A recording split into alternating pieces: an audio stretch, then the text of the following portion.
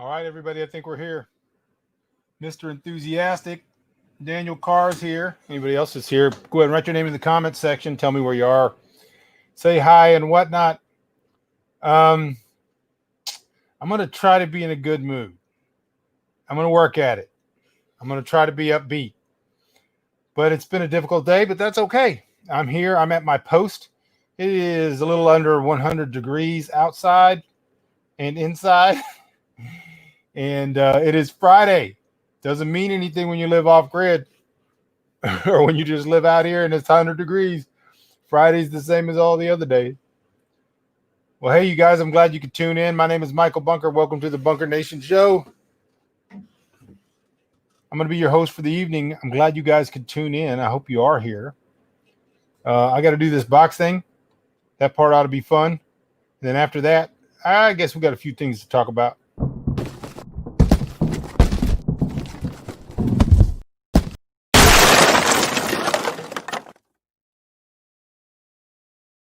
We're starting it off good. We already got a super sticker from Hava. Thank you, Hava. Appreciate it. This is the way we get to keep doing this kind of stuff. And by the way, I keep saying I'm going to have some kind of fundraiser.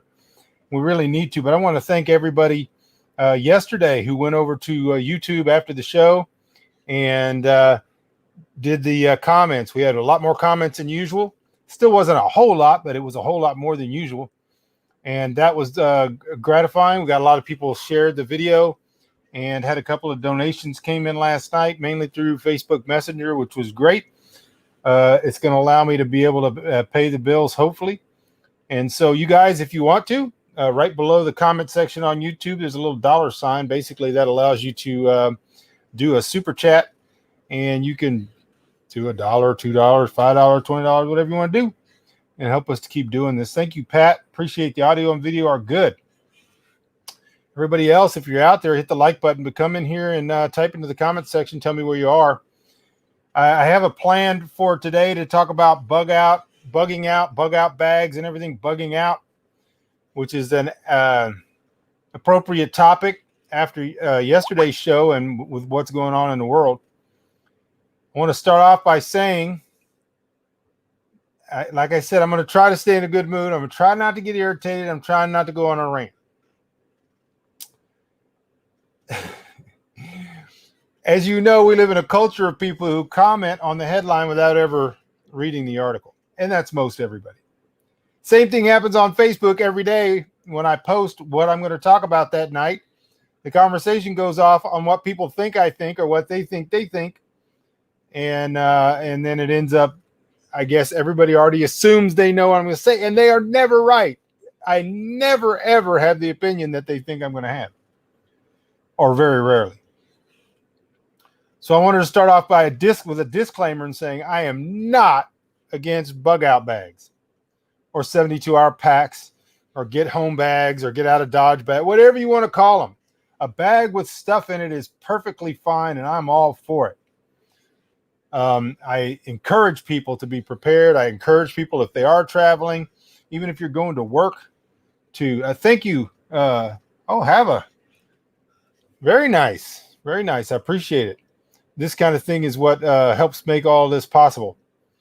But I think you ought to have a bag in your car with tools and survival items and things that you might need. However, I'm going to go through a whole bunch of ways that people have kind of created a mythology around bugging out and bug out bags and all those kind of things. I want to talk about both sides of the issue. But automatically, when I put in my subtopic, it's not going to go as well as people think it's going to go. All of a sudden, people think, oh, he's going to get on here and bad talk bug out bags. I'm not. Bug out bags are fine. I think you should have one. You should have a bag or a box or a container of some sort in your car, your vehicle, or somewhere around you most of the time that has things that you might need if a disaster happens. All right, so just so we know, I'm not going to get into arguments with people who misstate what I think, which happens all the time. And so I actually have, you probably can't see it because this lighting, it's getting late in the day. Right here,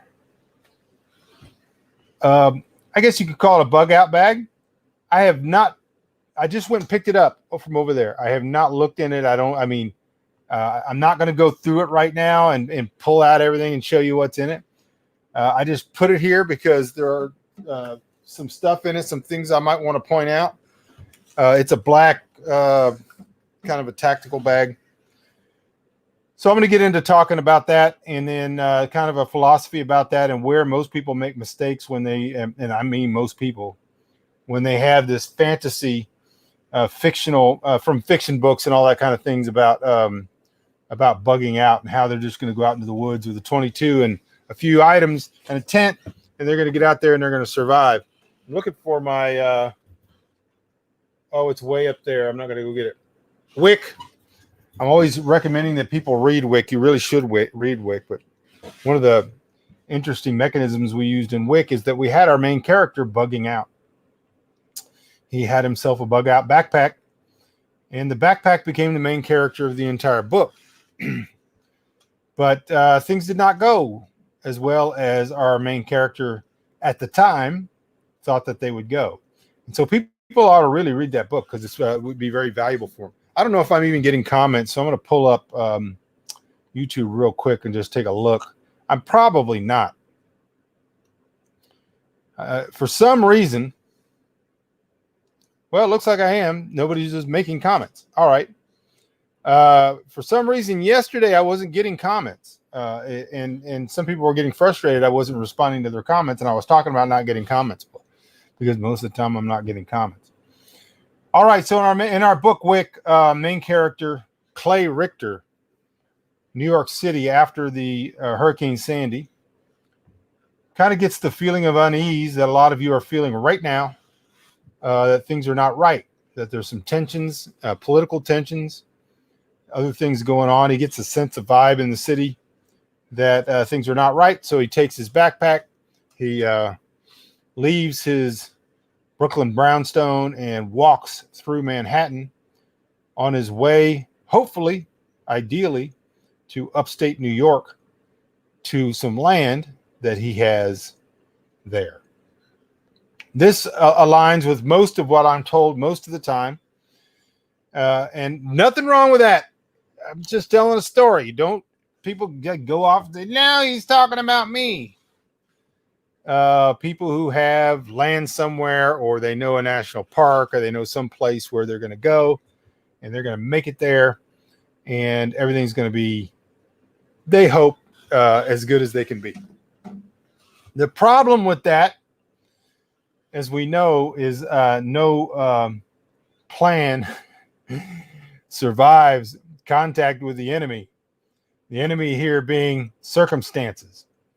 And so I've said this 1,000 times on here, but I'll say it again. I would rather have, if I had to choose, gun to my head, I would rather have the things that are in my head, the things that I know, what I know about human nature, what I know about human character, what I know about survival, skills, use of materials, and all those kind of things. I would rather have that than anything that's in that bag. Anything, even clothing. And because with that stuff, I can make all of the rest of it if things go well. But having all that stuff with no practical experience using it is a recipe for disaster. So the thing about the concept of bugging out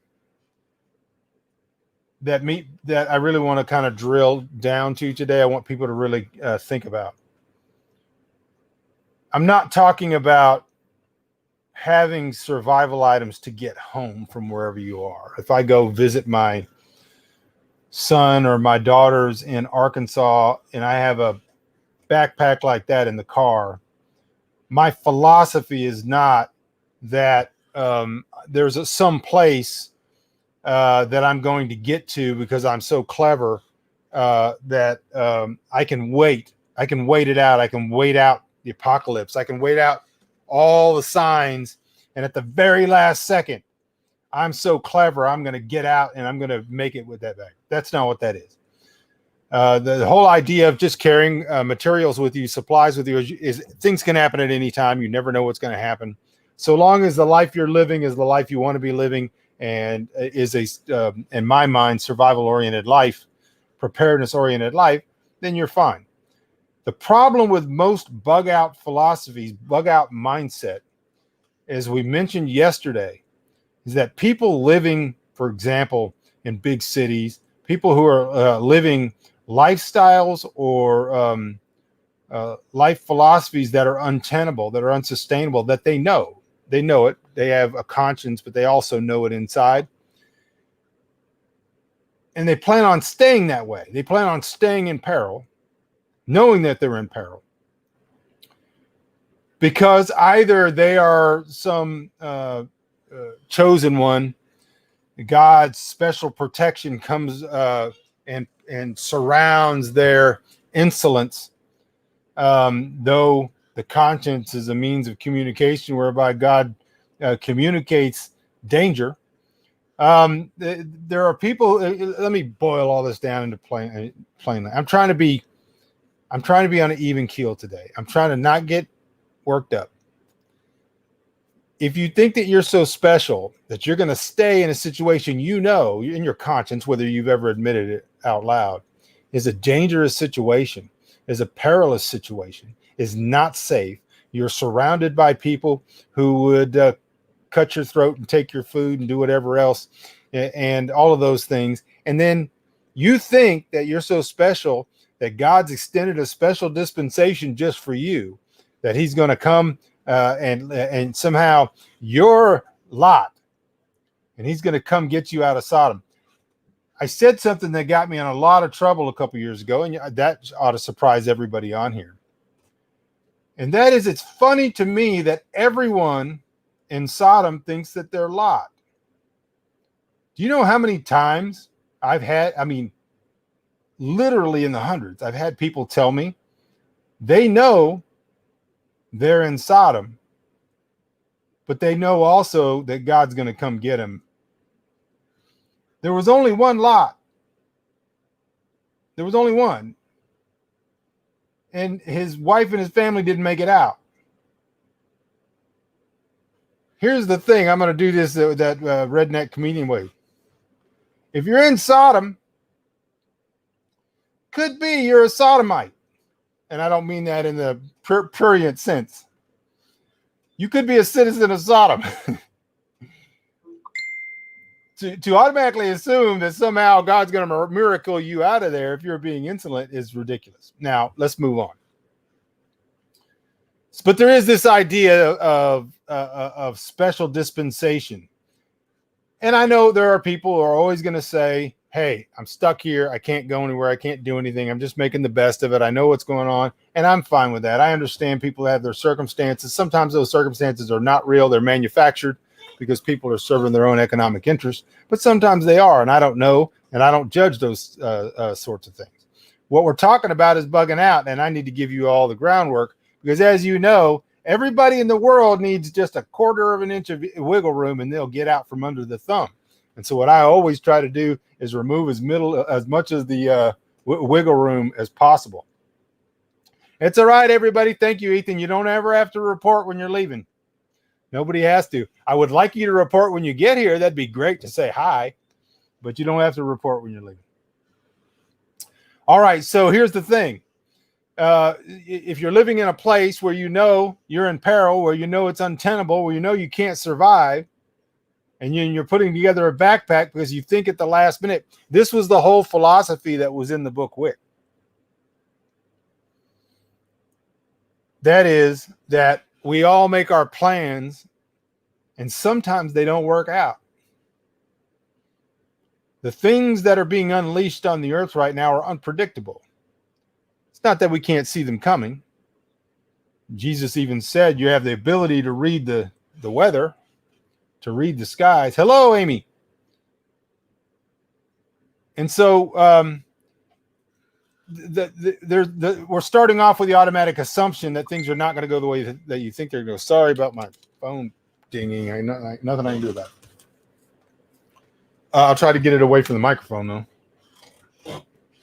So the second thing is, if your plan in bugging out does not involve years or however many months you have or how many weeks you have of practice of actually using the stuff that's in that bag, not having a bag, parking it in a closet and trying to grab it at the last minute, trying to run someplace you may not even make it to, even though you've driven to that place 1,000 times. You have no idea if the roads are going to be closed. You have no idea if Antifa is going to block the highways or whatever's going on. And so, and then if you got a bunch of stuff in your bag, you don't know what's in there. You don't know what it's good for. You don't know how to use it, or you assume that you know how to use it. How many people have I met in my life, have been in situations with, in survival situations, who have pulled out their little Mylar blanket? Oh, please go away. I get an alert on my thing. So, and they pulled out that little Mylar blanket and they thought, hey, this thing's going to keep me warm at night. There are ways that you can use it that can sure help, but you better know how those things work. You better know in what situations you put that blanket under you and in what situations you put it over you. A lot of other tactics you might need to know. How many people have thought that they could put couple of MREs, they've never eaten them before, put a couple of MREs into a backpack, and all of a sudden they're going to survive on that with 3 children running around. Here's the thing. In every field of endeavor, when you're not an expert at it, it's way harder than it looks. If you're not a carpenter, you could sit there and watch somebody make a banister or watch somebody build a house, and you can say, I see it. Logically, it all makes sense. I can see that. I can even see myself doing it. But rushing out to try to do it on your first time when you're under stress. Here's another thing. When you're actually bugging out, when you're actually trying to get somewhere in a survival situation, that is the most stress you probably have ever been in your life. So see how well you work under stress when it's minor, when you're having trouble paying your bills, when you're afraid something's going to get, your car is going to get, whatever they call it, taken back. Now think about trying to take care and keep solid for a family, for your children, for your husband, for your wife, for whoever else, to try to make good decisions when the world's falling apart around you and there's danger everywhere. It's a great movie. I'm going to try to think if I can remember. Somebody out there is going to have to help me with the name of the movie because I'm always bad with proper nouns. It's got Owen Wilson in it, I think. And he is in a unnamed Asian foreign country when a coup takes place. And then has to try to get his wife and children out of the country. It is harrowing and very, very accurate. I believe Pierce Brosnan is in it. Somebody will have to help me out with the name. Somebody can go out there and do the IMDb or whatever, Google it, Wikipedia it, and let me know what that movie is. Everybody ought to go watch that. Now, again, I am not dissuading people from having a bug out bag. I'm just saying that things are more difficult than you think they are. And perhaps there are other strategies that we're going to get to, so stay tuned in this video. There are other strategies that you could be practicing, that you could be using right now that would greatly enhance your probability of survival in that type of situation. But let's continue going on with the difficulties. First, I want to say, hey, you future people, glad to see you. That's future people are the people that are going to be watching this after it's live, sometime in the future, days, weeks, months after this. I appreciate all of you. If you're enjoying this, or if you're learning something, or you think it's valuable, or even if you just think you want me to keep doing it, hit the like button, especially on YouTube. Subscribe so that you can find out when I put out more videos and all that kind. Hit the little bell icon so that they'll send you a notification when I come out live on these things. And so let's continue on with the difficulties. The next difficulty is, where are you going? Where are you going that's safer than where you are? Most people have this idealistic idea that somehow, as long as there are woods around, there's some kind of safety in trees. That if they're in the trees, somehow things are going to be better off. The second thing we did with Wick is we proved that this is not true. When you read the book, and it's an epic tale, you find out that bugging out into the woods is not usually a great idea. Here's why people think it is. They're the Michael Scott of survivalism. They have this kind of idealized picture of the woods where Bambi's walking through with Thumper and there's just food all over the place. And if you have a modicum of skills, or if you watched enough episodes of Naked and Afraid, you're going to be able to make it. I will tell you that experts, absolute experts in survival, have difficulty going into the woods unprepared and surviving for very long at all. Even people who are experts at survival, who have the absolute best gear, watch the show alone, generally don't make it very long. They usually end up quitting, getting medicaled out, or their body weight gets so low they're not able to make it. So if experts, people who have given their life to learning survival techniques, do not generally have the ability to last very long in the wilderness, then you're going to have trouble. It's not going to go well. And here's what makes that worse. You're not going to be the only one with that idea. In fact, I'm going to say, if you live in a city like New York City, if you live in a city like Chicago, if you live in a city like Wichita, there's a whole lot of other people, probably most of them, who have the same idea you do.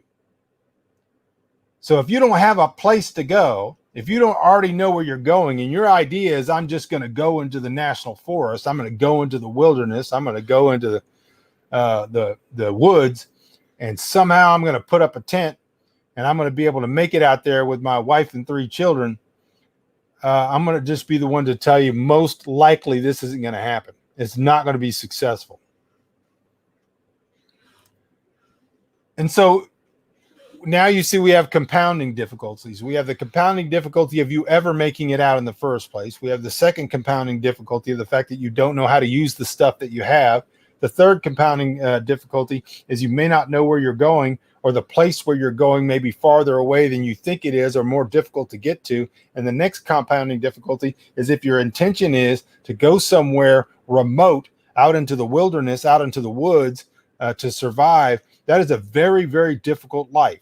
And I can tell you this, I live on 40 acres. I've been doing it for 15 years without electricity, without power, without electronic machines or those type of things. And I have a cottage and a cabin and a smokehouse and a root cellar, and it is still difficult. It is in no way easy or guaranteed. And for you to come out here onto my property with me for 30 days and think that you're going to do really well, or that it's not going to be one of the most harrowing, challenging things of your life, it would be. Unless you're really, really good at this. And I know that I always have people out there, and generally the military people are on my side, but there are people out there, it's like, I did a tour in Afghanistan and Iraq, and I'm going to be all right. Military people sometimes are the worst. And the reason why is because they have a supply chain mentality. I've had them on survival, a lot of survival camps where there was no supply chain, there was no help coming, there weren't trucks bringing in food and supplies, and they had a very, very difficult time, and they admitted it to me, and they thanked me for pointing out the fact that that type of survival, where you actually have to do, there is no end in sight. There's no supply chain that's bringing you stuff from behind the lines constantly, is a very different type of survival. And I'm just telling you, it'd be difficult for me to make it. It'd be difficult for those people to make it. And if it's difficult for us to make it, it'll be very difficult for you to make it. I'm not building up the thing so it's just completely impossible to dispirit you, because I'm going to come back in the end, and we're going to hopefully wrap some of this all together with some good ideas. What I'm saying is that those myths, that are generally multiplied in fiction, which we purposely set out to debunk in WIC, are really, really deeply ingrained with a large percentage of the people. Hey, War Dog Heim, I'm going through your messages here, right here. Dirt in the woods with water and stuff, but not enough food actually growing on its own. My bug out bag is to get me home from wherever I am in the world. Good idea. And you mentioned something that's important. I know how to grow food and how to live off of the food that I grow. Most people don't, and even gardeners don't. Most gardeners don't even know how to get past one season of a garden, and most fiction, apocalyptic, or those type of books radically underestimate the amount of food that is necessary to keep a family of 4 alive for even a short amount of time. The biggest difficulty that people run into in any type of extended survival situation out in the wilderness, even if they have supplies, is to maintain enough calories for them to be able to do work and to continue moving. If they've not suffered discomfort, if they've not gone through long periods of calorie deprivation, if they don't understand how the body works, how the difference between real hunger and the artificial hunger that we operate on every day of our life, then all of that is compounded into an almost guarantee of failure. So we're moving on, talking about difficulties with the bug out mentality, with bug out myths. The next one is the self-deception that most preppers, most survivalists, most people who have not actually spent real time doing these type of things are under. It's a very heady thing to be good at bushcrafting. In other words, you can feel some sense of elation, some sense of self-satisfaction when you are able to go out for 3 or 5 or 7 or 10 days and bushcraft a nice camp and make fires, even make friction fires, and to survive for some amount of time, even though in reality, in 7 or 10 days, your actual body weight wouldn't even be affected much by water loss or gain during that period. Most people come out of that type of experience thinking much more of themselves than they ought to, having not dealt with high levels of stress, with injuries, with life-threatening conditions. Most people end up not doing well in any type of longer term that's not moderated by their relative calm and their understanding that they can go back to civilization anytime they want to. Tell you a really quick story. This was probably around 1996 or 1997. Some friends and I were, it may have been later than that. It may have been as late as 1999. I can't remember. Anyway, some friends and I decided to do an extreme cold weather survival camp in New Mexico in the mountains in the national forest. And so we planned for some time. One of the guys who was there, who had spent a lot of time reading survival books, had all the SAS survival guide and had all the survival guides, and liked to go out in his backyard and start friction fires and stuff like that, and really had a high opinion of himself. We all packed bags with things like sub-zero sleeping bags and all of those kind of things and the things you might need. He said, no, we were cheating. He was going out there with a knife and a hammock, and that he was going to be okay. We tried to talk him out of it because it's possible. It's possible if you've been doing it for a whole lot of years and you have a whole lot of skills, you can go out there with a knife and a hammock and you can do really well. This guy had done nothing but pretend, playing Grizzly Adams in the backyard. And so we got out there the first night, set up camp, I spent a lot of time preparing myself for the first night, knowing that the temperatures were going to get way below zero that night. And I I woke up about 3 in the morning to this sound. Here's what it sounded like.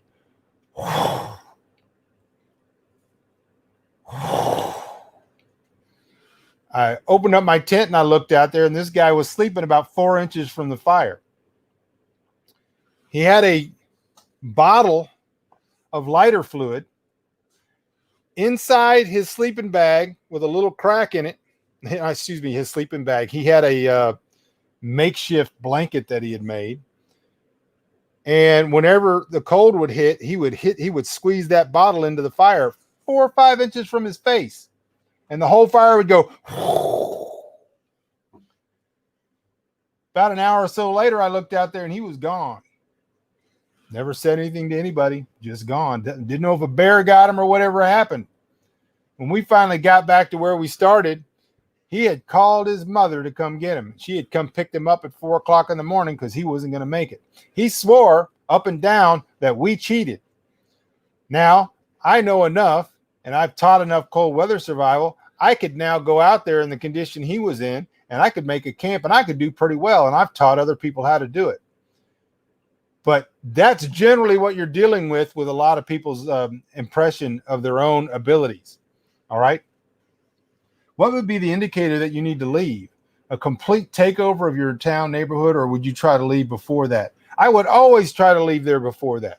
You're always going to be wrong if you try to time a systemic collapse. And by that, I mean, if everybody's telling you that Mount St. Helens is going to explode, if everybody's telling you, and you know that it is, and they can show you the gauges going crazy and all this kind of stuff going on, they can't promise you that it's going to happen in a day, a week, or a month. But they went out there and told those people on Mount St. Helens, that thing's about to blow, you need to get out of there. And a lot of people thought they were going to time it, and they didn't make it out. Some people just decided not to leave, and I'm fine with that too. Shout out, Corbin.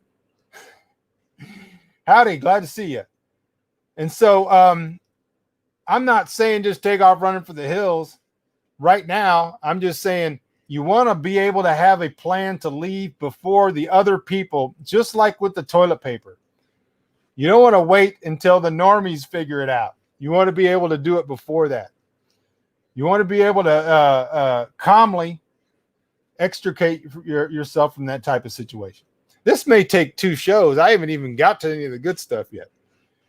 And so we've talked about a lot of the difficulties. You're not as good as you think you are. Even if you're military, even if you have some experience, you're still not as good as you're going to need to be. The difficulties are going to be those that you have never considered, that you've never run into. You're going to be doing so in the most stressful time of your life, when the most perilous situation, when your children and your family are at risk, and everything is going to be happening 50,000 times faster than you think it could possibly happen. All right? So that's the negatives. I still think you should have a bug out bag. I still think you should know what's in it. I think you should practice using it. I think you should know every single thing in that bag, what's there, what's not there, why it's there. And I think you ought to pull those things out with your family. And I think you ought to go through it. And I think you ought to practice things that you can do with it. People ought to think and brainstorm different situations that you might be in. Read my book, Wick. I think it would be very helpful. The next thing is I want to give you a better plan. Here's a better plan than trying to time getting out from under an avalanche and waiting till it actually starts falling and trying to get out from under it. Here's a much better plan. As far as where to go. And I started telling people this in March. If you've been watching this show, you'll remember it. You need to be networking now. The communities, here's something that I didn't mention in the negatives. The places where you're planning on running to, the places where you're planning on going, there are locals who live there who are not going to be happy about all of these city folks streaming out into the countryside.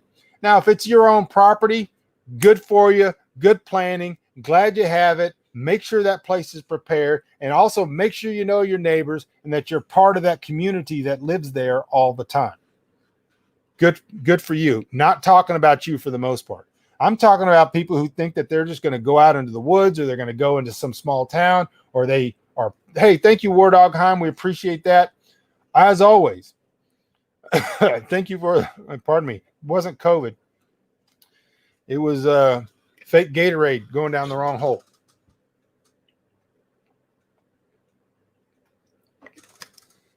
The places where these people think that they intend on going are occupied by people. Most of the land in America, other than in a few states, is owned by people. Unless you're going into a national forest or a state park, and that's where everybody thinks they're going to go, so that's where the most people are going to be going, you're going to be going onto private property. People who, like me, who own private property do not want squatters on there for a lot of reasons. Not because we're not charitable, not because we don't love people, not because we don't want people to survive. But there are a lot of reasons not to have squatters on your land.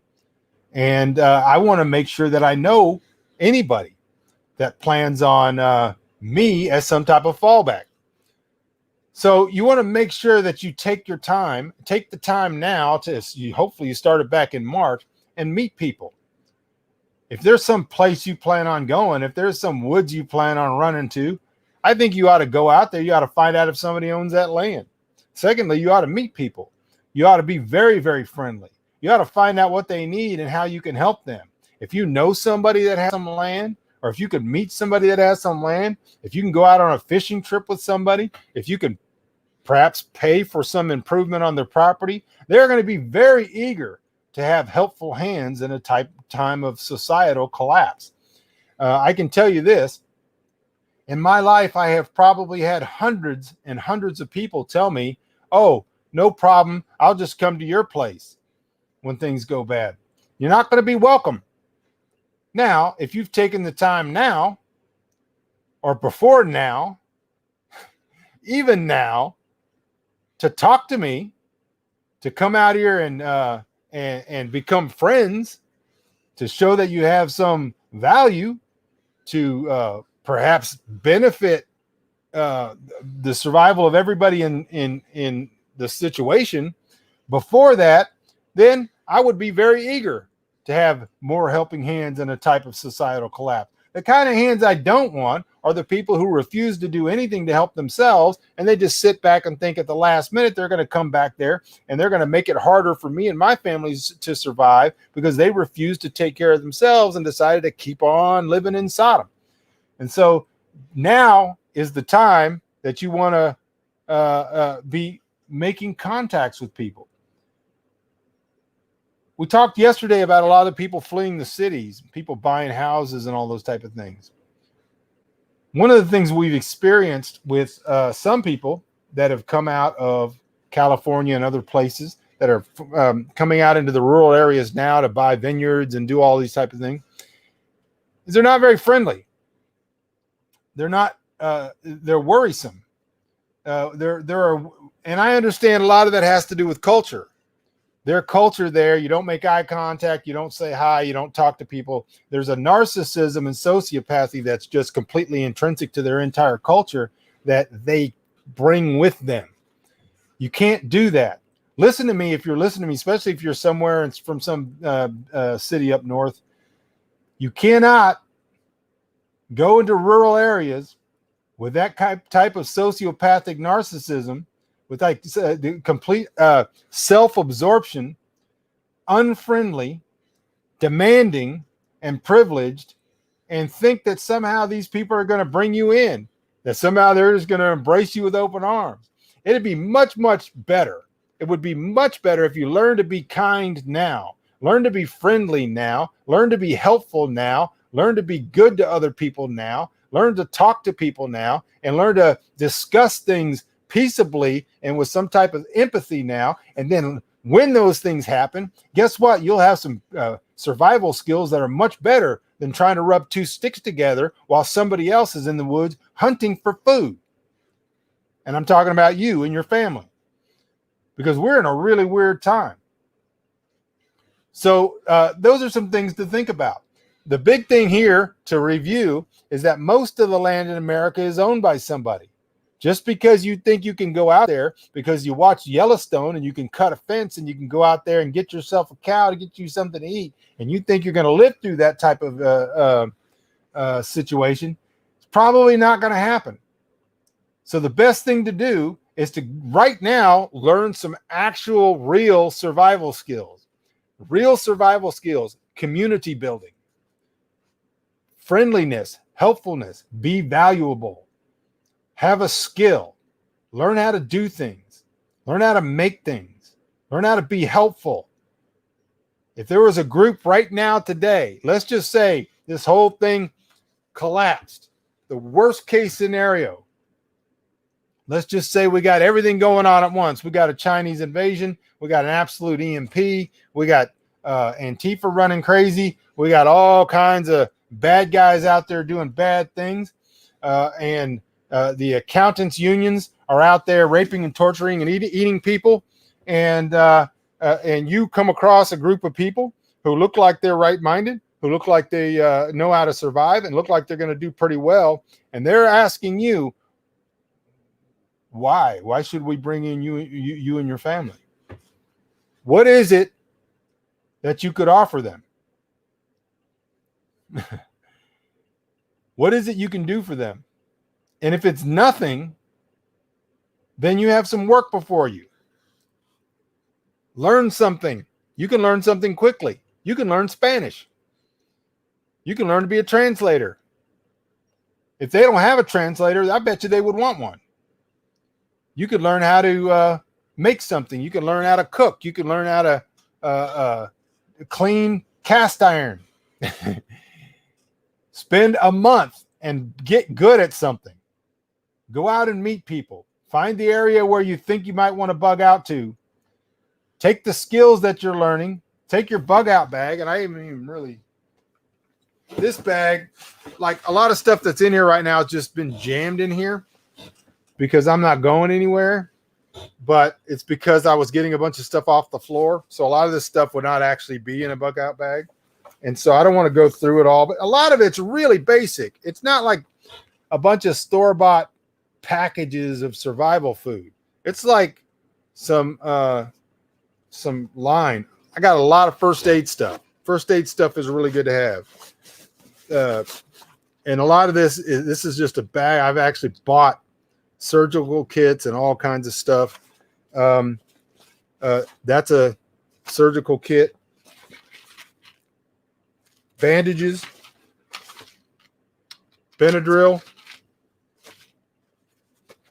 I'm not going to go through this whole bag. Like I said, there's a lot of stuff in here. I use this on occasion, especially if somebody gets injured.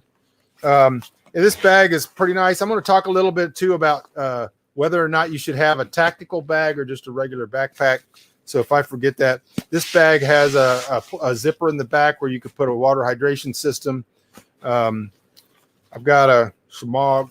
I got a water bottle. I've got, let me see, a whole lot of paracord. Paracord's really cool to have. Water filtration. I know how to make a water filtration system. This is just a bunch of medical stuff. I got a lot of medical stuff. Medical stuff's good to have, and it's good to barter too. Work gloves. What you'll notice is that I don't have a lot of is things that are heavy that in a 72-hour period, if you're me, you don't need, like food, coffee. Okay, I may need coffee. All right, I'm not going to go through this whole bag right now. I know there's a bunch of knives and whatnot in there at the bottom, but I'm not going to go through it. I'm going to run out of time. Medical knowledge is fantastic to have. Actually, some experience suturing or those type of things. I tell you what, if you can just do stitches and you can practice on a ham, or you can practice on, I don't know, whatever, get on YouTube and learn how to do suturing, that'll get you in a group. You can do stitches if they're smart. And I'm not saying go out and join a group. I'm just saying this is a scenario. I need to get rid of this stupid banner. Let's do that. No. Everybody gently caress the like button. If you find this information at all even interesting or valuable, please hit the like button. All right. So I want to talk a little bit about whether or not whether you should carry a tactical bag or just a regular backpack. At some point, I'm going to do a bug out bag video with some suggestions of what I think you should have in your bag. All right. Good comment, Lewis. Practice on a turkey or a chicken. Chicken would be really good. I actually did a real surgery on a real pig, and it was very valuable. I didn't cut the pig and then sew it up. The pig had got cut. All right, so here's the thing. There are different opinions as to whether you should have a tactical bag like this or whether you should just have a regular backpack. And let me tell you the scenarios in which either one might be good. When or if you have to walk out of a city with your backpack. If you're walking with your backpack and your backpack looks militarized, looks military. As we all know, people are stupid and they go by something looking military. That has the ability to attract unwanted attention. As we know, the thugs and mugs in Antifa love to look military. They love to put on things, tactical gear and look military. It can draw unwanted attention. At the same time, depending on maybe a completely different situation, having a tactical bag may cause somebody to leave you alone. If you look like you're somebody that belongs to that bag. If you don't look like you belong to that bag, then the better idea is to get yourself a plain, regular backpack that doesn't look military or tactical, because you're much less likely to draw unwanted attention. The next thing is that you don't want to look like you're an easy target. In other words, you don't want a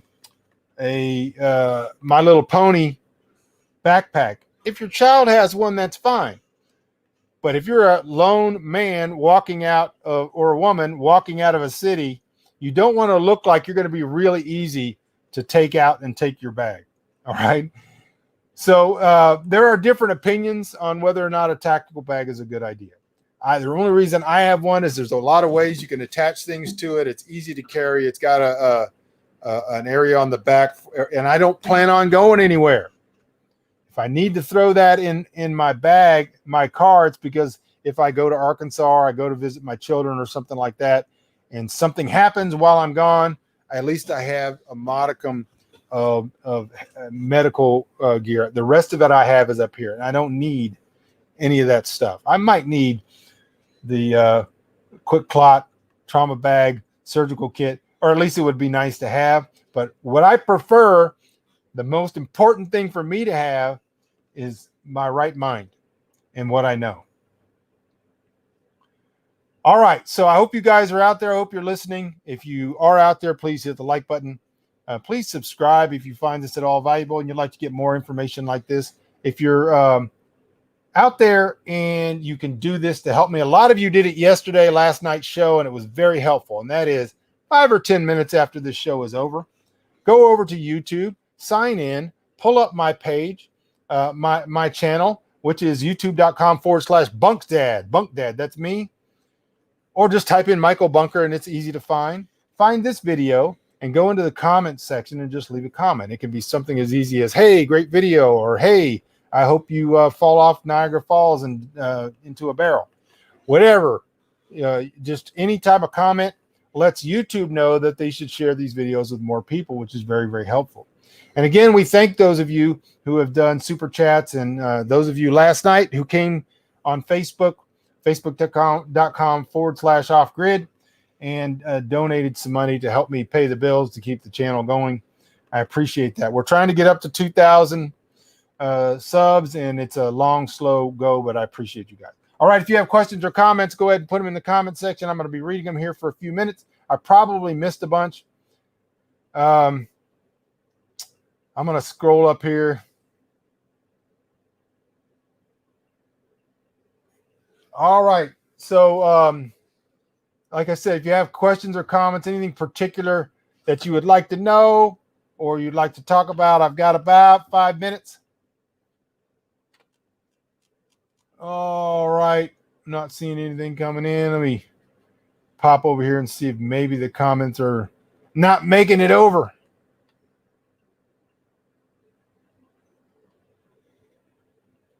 Yeah, I think I'm going to do a second part because there's just way too much to cover. And so I can think of like 5 things right now that I would still like to go into, but I can't do it all in 5 minutes. And I wanted to take time to answer questions. Hydrate. Hydration is key.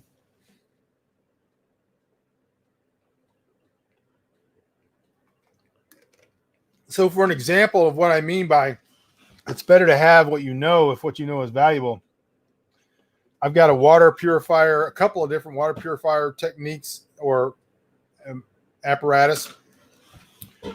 But I also, and one of the first videos I did on my YouTube channel in 2009 or 2010 was building a drip style water purifier just from stuff. And one of the things was a Gatorade bottle,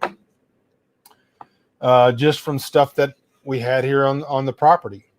And so that knowledge is still here. I still know how to do it. I still know how to make activated charcoal, and I could have some right here before you in about an hour. I could have activated charcoal, and I could have it pounded down, and I could have it ready for a filtration device. Can sutures be done with silk thread? They sure can.